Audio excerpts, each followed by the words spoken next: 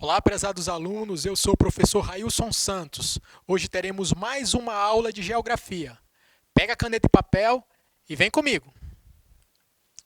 Na aula de hoje estudaremos a globalização, as dimensões da globalização. Inicialmente, estudaremos o conceito de globalização, o que é globalização, depois as fases da globalização e, em seguida, as dimensões da globalização. Não perca o foco, vem comigo. Primeiro, o conceito de globalização. Globalização pode ser conceituada, entendida como o processo de integração e interdependência entre as pessoas em âmbito mundial. Pessoas, instituições, governos, todos dependem uns dos outros, o que ocorre com um afeta o outro. A globalização, além de interligar, gera dependência entre os indivíduos. Se você olhar para o mundo nos dias atuais, perceberá que as pessoas estão cada vez mais interligadas, interconectadas. O que acontece em um país acaba afetando em outro país.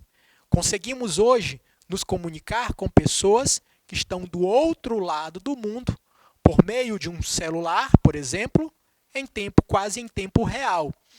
Então, estamos cada vez mais interligados, interconectados. Isso foi resultado do avanço das tecnologias de comunicação. Mas a globalização ela é bem mais do que isso. Então, voltando para o nosso conceito, nós vemos que é um processo de integração.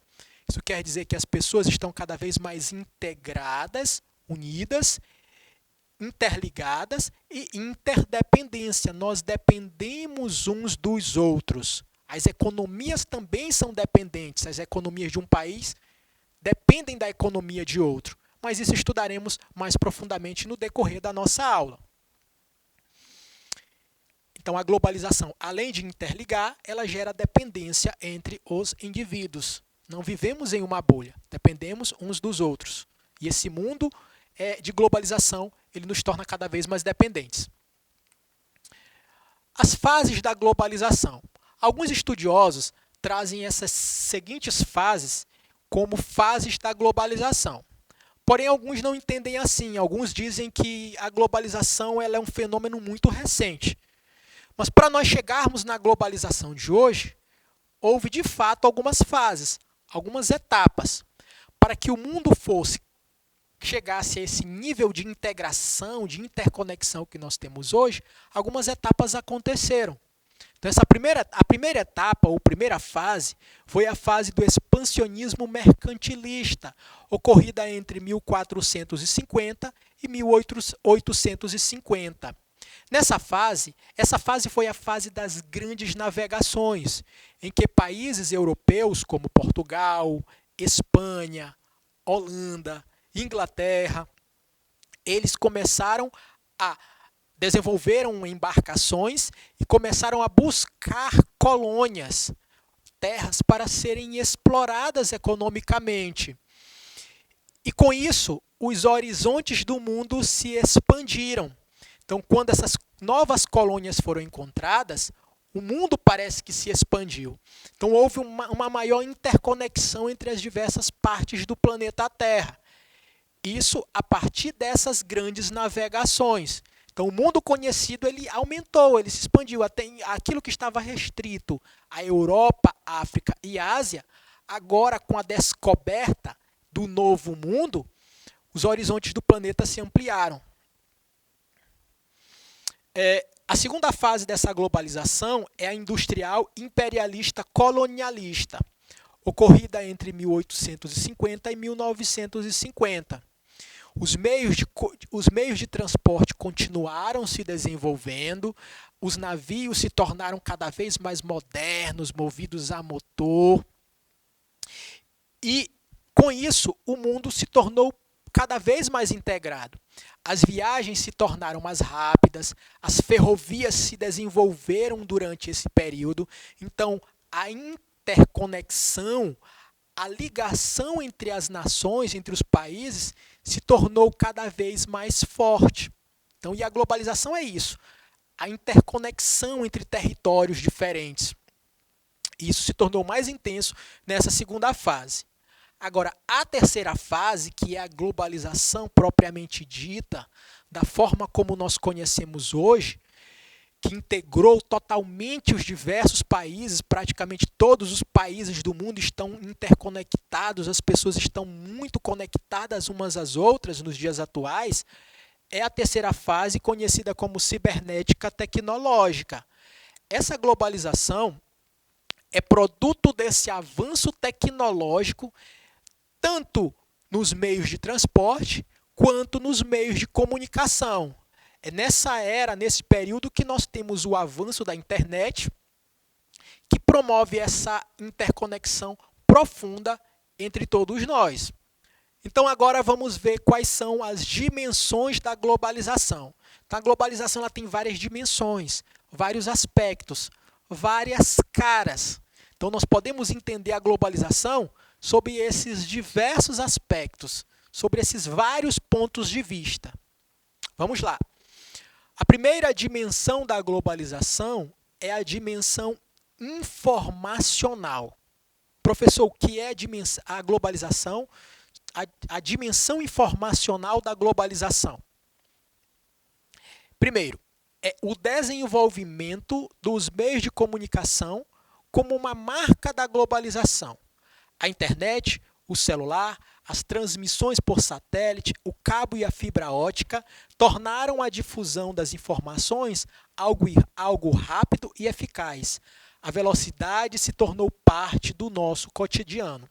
Então, a globalização, do ponto de vista sobre a dimensão informacional, ela representa esse avanço tecnológico nos meios de comunicação, que faz com que a comunicação entre as pessoas se torne cada vez mais rápida. Antigamente, quando queríamos nos comunicar com alguém que estivesse em um outro território, em um estado diferente ou em um país diferente, nós fazíamos como? Mandávamos carta. Ou então fazíamos uma ligação, depois que já tinha sido desenvolvido o telefone. Mas as comunicações a longa distância eram feitas por meio de cartas, que demoravam semanas, meses até chegar no destino. E aí você esperaria também algumas semanas ou meses para receber a resposta do seu destinatário. Então veja que a comunicação era muito demorada. Nos dias atuais, nós mandamos uma mensagem por um aplicativo de celular e já ficamos ansiosos esperando a pessoa mandar a resposta imediatamente. Então, a comunicação hoje, ela é uma comunicação extremamente rápida. Hoje em dia, conseguimos conversar com uma pessoa que está do outro lado do mundo, utilizando um celular, por uma videochamada, quase que em tempo real. Então, isso é uma revolução nas comunicações. Então, a globalização ela pode ser vista sob essa dimensão, a dimensão informacional, que consiste nesse avanço tecnológico nos meios de comunicação. Entendido? Vamos avançar. O tablet, a internet, o smartphone e as redes sociais são exemplos de mecanismos que tornaram possível a comunicação a qualquer hora entre lugares próximos ou distantes. A informação nos acompanha. Se nesse exato momento eu quiser buscar informação sobre globalização na internet, posso pegar o celular. Se houver uma conexão nesse local onde eu estiver, eu conseguirei buscar informações sobre a globalização. E assim você pode fazer aí na sua casa. Se você quiser ter informações sobre aquele seu artista preferido, seu jogador de futebol preferido, basta pegar o celular, se tiver conexão com a internet, conseguirá essa informação rapidamente. A informação nos acompanha para onde nós vamos. O contato entre pessoas de várias partes do mundo pela internet faz a distância e o tempo parecerem mais curtos. É a chamada compressão espaço-temporal. Parece que o tempo e as distâncias foram comprimidos de verdade. Isso aqui é espetacular, pessoal. Hoje, você consegue pegar um avião daqui do Brasil e ainda no mesmo dia chegar num outro país. Isso é fruto do desenvolvimento tecnológico no setor de transportes. Mas também você consegue se comunicar com uma pessoa do outro lado do mundo pelo celular, como eu falei ainda há pouco. Isso nos dá a impressão de que as distâncias estão menores. Que a distância enorme entre dois países, por exemplo, entre Brasil e Inglaterra, parece que a distância ficou bem pequena. Parece que nós não temos um oceano Atlântico nos separando. Isso porque eu consigo conversar com uma pessoa que está lá na Inglaterra pelo celular, com uma chamada de vídeo. Parece que a distância ficou menor. E além disso, parece que o tempo ficou também menor, porque eu falo, a pessoa me ouve e me dá a resposta praticamente ao mesmo tempo. Parece que eu estou conversando com a pessoa pessoalmente, fisicamente. Então é a ideia de compressão espaço-temporal. Parece que o espaço ficou menor, parece que o tempo ficou menor. Parece que o planeta Terra ficou menor. A globalização, ela nos traz essa ideia de compressão espaço-temporal. Segundo a ONU, agora um outro fato importante sobre a globalização é o seu caráter desigual. Porque, segundo a ONU, 2020, enquanto nos países desenvolvidos 87% da população tem acesso à internet, nos países em desenvolvimento, chamados de subdesenvolvidos, essa média é de apenas 19%. Então, nos países desenvolvidos, a comunicação pela internet, o acesso à internet, 87% das pessoas têm esse acesso. Nos subdesenvolvidos, apenas 19%. Então, essa globalização ela não atingiu de modo igual todos os lugares do mundo. Observem essa imagem que representa os cabos de internet que passam pelo fundo dos oceanos. Esses cabos de internet servem para possibilitar a comunicação via internet entre os diversos lugares. Observem que entre a América do Norte e a Europa, há uma grande quantidade de cabos de internet. Isso possibilita uma comunicação via internet de melhor qualidade e mais rápida.